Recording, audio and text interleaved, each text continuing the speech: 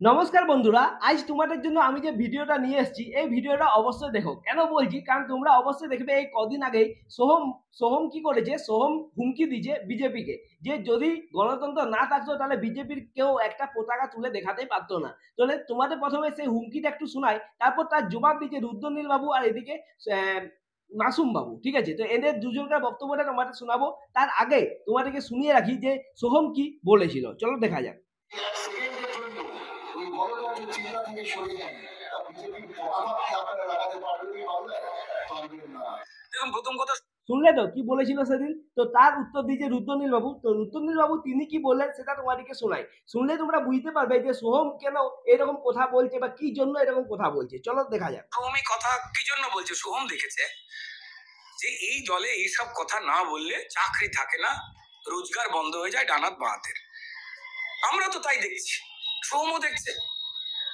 ওকে তো বাঁচতে হবে, মানে চলবে ফিরবে কি করে? যে দলে থাকতে হয় সেই দলের নিয়ম অনুযায়ী কথা বলতে হয়। মিতালি বাগ, কেষ্ট হালুম, এরা বিভিন্ন ধরনের এই কথা বলছে। রাজীব রাজীব ঘুঘু রক্তগঙ্গা বইবে, ভয় দেখাতে চাইছে লোকজনকে, ভোট দিতে বেরোবেন না, এখনের বাতাবরণ তুলতে চাইছে। এবার সায়েন্টিকা কি বলে আমি বুঝতে পারি না, বাংলাতেই বলে কিন্তু বুঝতে পারা যায় না কি বলতে চাইছে। আমি চাই ঠাকুরের ভালো করুক। তো এরা গুলিয়ে গেছে, যেমন খুশি সাজের একটা দল, যেমন খুশি বলতে ছেড়ে দিয়েছে মানুষকে ভয় দেখাও। দেখুন, এসআইআর দেশের নিয়ম অনুযায়ী হয়, তাই দেশের নিয়ম অনুযায়ী হবে। সেখানে ভুয়ো নাম, মৃতদেহ ভোটারের নাম রেখে দেওয়ার জন্য একটা দলের আকুলি বিকুলি প্রমাণ করছে। হিন্দু মুসলমান নির্দ্বিধায়, শিখ খ্রিস্টান নির্ভয়, তারা কেউ এই মানব ঘাতী গণতন্ত্র ঘাতীটাকে দলটাকে পছন্দই করেন এবং উড়িয়ে দিতে চাইছে 26-এ। আর সোহম এই কথাটা বলেছে। আমি ভাই সোহমকে বলি, একটু গণতন্ত্র সরে গেলেই তারা নাকি বিজেপির পতাকা দ্বারা লোক রাখবে না বলেছে। সোহমকেই থাকতে দেবে না এরা। সোহম কি সুন্দর চেয়ার আর ব্যায়াম ট্যাম করে, হাতে না গলায় সোনার চেন টেন পরে। তৃণমূল নজরে রেখেছে ভাই, সোহম হাট করে খুলে নেবে গণতন্ত্র সরে গেলেই। বিজেপির কথা পরে ভাববে, আগে নিজেদের নিয়ে ভাবো। ঢুস ঢাস নিজেদের মধ্যে লেগেই থাকে তো। সাবধান ভাই, গণতন্ত্র থাকুক, তাহলে তোমার গলায় শোনাচ্ছেন আর শরীরের মধ্যে প্রাণ থাকবে, আমারও থাকবে। কিছু আচ্ছা, তাহলে শুনলে তো রুদ্রনীল বাবু কি বললো। তো তিনি যেটা বললেন যে সোহম এমন জিনিসটা কেমন করছে বা কেন এরকম বক্তব্য রাখছে, তো তিনি কি জানালেন? তিনি জানালেন যে টিকে থাকতে গেলে, তৃণমূলে টিকে থাকতে গেলে এই সমস্ত বক্তব্য কিন্তু বলতেই হবে। তাই তোমরা দেখবে যে যত এসআইআর সামনে আসছে, যত 2026-এ ভোট সামনে আসছে, তোমরা দেখবে তৃণমূলে কোনো না কোনো নেতা, কোনো না কোনো নেত্রী কিছু না কিছু এরকম বক্তব্য দিচ্ছেন বা মন্তব্য করছেনই। তোমরা এই 2-4 দিনে অবশ্যই দেখেছো যে অনেকগুলো তৃণমূলের নেতা নেত্রীরা এরকম মন্তব্য করেছে। এসআইআর নিয়ে তো এখন তারা যেন খেপে গেছে। আর যেমনটা রুদ্রনীলবাবু বললেন যে এসআইআর তো হবে, কি দেশের নিয়মে হবে, সেটা কেউ আটকাতে পারবে না। কিন্তু এই এসআইআর এ তারা আটকাতে পারবে না। তাই তারা বলছে যদি কোনো বৈধ ভোটার বাদ যায় তাহলে কিন্তু তারা সেখানে আগুন লাগিয়ে দেবে বা কাউকে টিকতে দিবে না। মানে অনেক কিছু কথা বলছে। ঠিক আছে, তো তারা বলতে চায় যে বৌদ্ধ ভোটার, কিন্তু আসল যে ঘটনাটা সেটা তো তোমরা সবাই জানো যে যে সমস্ত বাংলাদেশি মুসলমানরা ভারতে চলে এসছে, স্পেশালি পশ্চিমবঙ্গে চলে এসছে এবং তারা এখন ভোট দিচ্ছে। আমরা কদিন আগে অনেক নিউজে দেখছিলাম বা খবরে দেখছিলাম যে অনেক কিছু বাংলাদেশিরা ধরা পড়ছে, তাদের কাছে সবার কাছে ভোটার কার্ডও আছে, আধার কার্ডও আছে। সেটাও হয়তো তোমরা সবাই অনেকে লক্ষ্য করেছো বা দেখেছো। তো সেই সমস্ত মানুষদের বাদ দেওয়ার জন্য হচ্ছে এসআইআর। সেই এসআইআরটা যদি এখানে কমপ্লিট হয়ে যায় তাহলে তৃণমূলের বড় অংশে ভোটের কিন্তু একটা ঘাটতি দেখতে পাওয়া যাবে। তো সেটা একটা ওদের চিন্তা ওঠে, সেই জন্য তারা কিন্তু এরকম কথাগুলো বলছে বলে আমার ধারণা। ঠিক আছে, তাছাড়া এই এসআইআর যত সামনে আসছে তাদের মন্তব্য আরো বেশি ধারালো হবে বলে এটাও মনে হয়। আর তার সাথে সাথে এই যে সোহম, এদেরকে টিকে থাকার জন্য এদিকেও এরকম কথা বলতে হয়। কিন্তু এই সোহমের ব্যাপারে আরেকটা বিষয় কিন্তু তোমরা সবাই হয়তো লক্ষ্য করেছো বা হয়তো সবাই তোমরা জানো যে তিনি কিন্তু মানে এরকম একটু মোস্তানি অনেকবারে দেখিয়েছে। এর আগে তোমরা একবার দেখেছিলে সেই ভিডিওটা আমি তোমাদেরকে দেখাবো, যেখানে তিনি একজন হোটেল মালিককে মারধর করছিলেন। কি জন্য? কারণ কাকে বলেছিল যে গাড়ির পার্কিং এর জন্য একটি অন্য ব্যবস্থা করে দেওয়া হয়েছে, সেখানে গাড়িতে সর করে দেওয়ার জন্য। তোমাদের হয়তো মনে আছে কিছুদিন আগে ঘটনা, সেটা নিয়েও আমি একটা ভিডিও করেছিলাম। তো তোমাদের আমি দেখিয়ে দেবো ভিডিওটা, তাহলে বুঝতে পারবে। তো সেই তখন দেখেছিলি কিরকম মারপিট করেছিল, মারধর করেছিল সেই হোটেল মালিককে। তো পরে তাকে ক্ষমা চাইতে হয়েছিল, সোহমকে ক্ষমাও চাইতে হয়েছিল।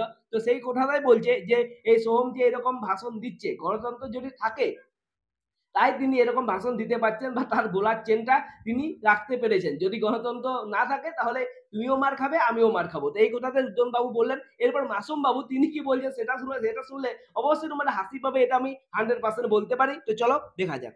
বিজেপির ঝান্ডাটা চাটবে, দিনকাল খারাপ গেলে না, মানে হরলিক্সে যদি লাভটা তেমন না হয়, বিজেপি যদি কোনো কারণে এই দিকটা একটা হয়ে যায়, বিজেপি ঝান্ডাগুলো সাবধানে রাখতে হবে। ওর ঝান্ডাগুলো চেটে চেটে নষ্ট করা দেবে। ওর আশেপাশে বিজেপি ঝান্ডা না থাকে, ওর ঝান্ডা হাবিট আছে। দিদির চটি অনেক চেটেছে, আগে হরলিক্স চাটতো, তারপর দিদির চটি চাটলো, চটি চেটে জীবনে একটু প্রবলেম হয়েছে, চটির মধ্যে একটু ময়লা লেগে থাকে, তো খাটা খাটা থাকে।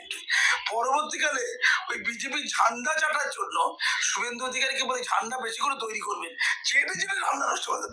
আপনি দেখবেন যে বিজেপি ঝান্ডাগুলো ছিল গেল কোথায়, তারা তো চেটে চেটে সব নষ্ট হয়েছে, কেটে গেছে, ছিঁড়ে গেছে।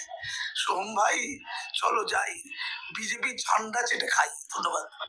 আচ্ছা, তাহলে তোমরা শুনলে তো যে এই মাসুম বাবু তিনি কি বললেন, যে এই সোহম প্রথমে হরলিক্স ছেড়েছিল। মানে তোমাদের মনে আছে তার একটা সিনেমা, যে সিনেমাটা নিয়ে মানে সেখানে হরলিক্স এর নিয়ে একটা সে ডায়লগ আছে, হয়তো তোমাদের সবাইকে মনে থাকবে, কারণ সেই ঘটনাটা অনেকটা ভাইরাল, তো সবাই জানবে। তো সেই রকম সেই ঘটনাটা নিয়ে বললেন। তারপর তিনি বললেন যে তখন এখন এতদিন তিনি জুতো বা চটি চেটেছেন, ঠিক আছে? সেই চটিতে বলছে ময়লা টয়লা লেগে থাকে, তো তাই এখন তিনি বিজেপির ঝান্ডা চাটবে। তাই তিনি শুভেন্দু বাবুকে বললেন যে অনেক বেশি করে ঝান্ডা বানিয়ে রাখতে। তো তাহলে এই মাসুম বাবুর বক্তব্যটা তোমাদের কেমন লাগলো অবশ্যই জানাবে। এরপর আমি তোমাদেরকে শোনাবো এই সোহমের বক্তব্য নিয়ে সুকান্ত মজুমদার কি বলেছে সেটাও একটু তোমাদের শোনাবো। তার সাথে সাথে সেখানকার লোকাল, মানে তিনি যে ভাষণটা দিয়েছিলেন বর্ধমানে, তো সেখানকার বর্ধমানের একজন বিজেপি নেতা তিনি কি বলছেন সেটাও তোমাদের পরপর শোনাচ্ছি। তো চলো দেখতে থাকো।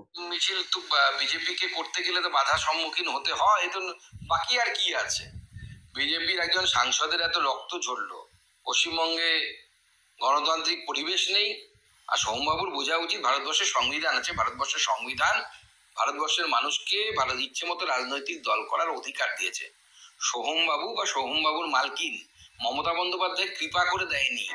আপনাদের যে সি টিম আছে, অর্থাৎ উর্দিধারের তৃণমূল কর্মী ওরফে পুলিশ বাহিনী, তারা যদি না থাকে আপনাদের একটা তৃণমূল কর্মীকেও খুঁজে পাওয়া যাবে না।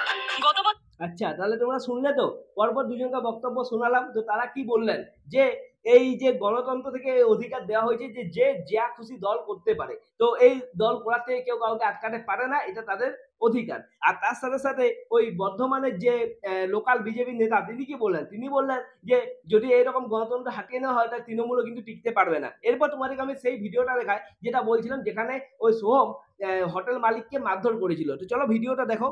বছরের মে মাসে নিউ টাউনের রেস্তোরাঁ মালিককে মারধরের অভিযোগ উঠেছিল সোহম চক্রবর্তীর বিরুদ্ধে। সেই ঘটনায় তাকে নিয়ে চরম বিতর্ক হয়। শেষ পর্যন্ত ক্ষমা চাইতে হয় তৃণমূল বিধায়ককে। এবার বিজেপিকে হুমকি দিয়ে ফের বিতর্কে জড়ালেন তিনি। আচ্ছা, তাহলে তোমরা শুনলে তো, মানে দেখেছিলে সেই ঘটনাটা, তোমাদের হয়তো সবাইকে মনে থাকবে, যেখানে তিনি হুমকি দিয়েছিলেন এবং মারধর করেছে হোটেল মালিককে। তো তার জন্য তাকে ক্ষমা চাইতে হয়েছিল, কিন্তু আবারও তিনি কি করলেন, বিজেপিকে হুমকি দিলেন, বিজেপির সাধারণ মানুষকে হুমকি দিলেন। তো দেখা যাক এরপর কি হয়, ঠিক আছে? সেটা তো ভবিষ্যতে বলবে। তো যেটা বুঝতে পারা যাচ্ছে যে এরা কিন্তু এখন একটুকু রেগে আছে। কেন রেগে আছে? কারণ এসআই হতে চলেছে, এসআই যদি কমপ্লিট হয় তাহলে এদের যে ভোটের পরিমাণটা অনেকটাই কমে যাবে। আর হতে পারে যে 2026 ভোটে এরা হেরেও যেতে পারে। তো সেই একটা ভয় তো এদের মনের মধ্যে অবশ্যই আছে। সেই জন্য এদিকে এরকম কথা বলতে হচ্ছে। তাছাড়া যদি রুদ্রনীল বাবুর কথা ধরা হোক, তাহলে এটা বুঝতে পারা যাবে যে রুদ্রনীল বাবু যেটা বললেন যে এদিকে টিকে থাকতে গেলে এরকম মন্তব্য করতে হবে। তাছাড়া এরকম মন্তব্য না করলে তৃণমূলে এরা থাকতে পারবে না।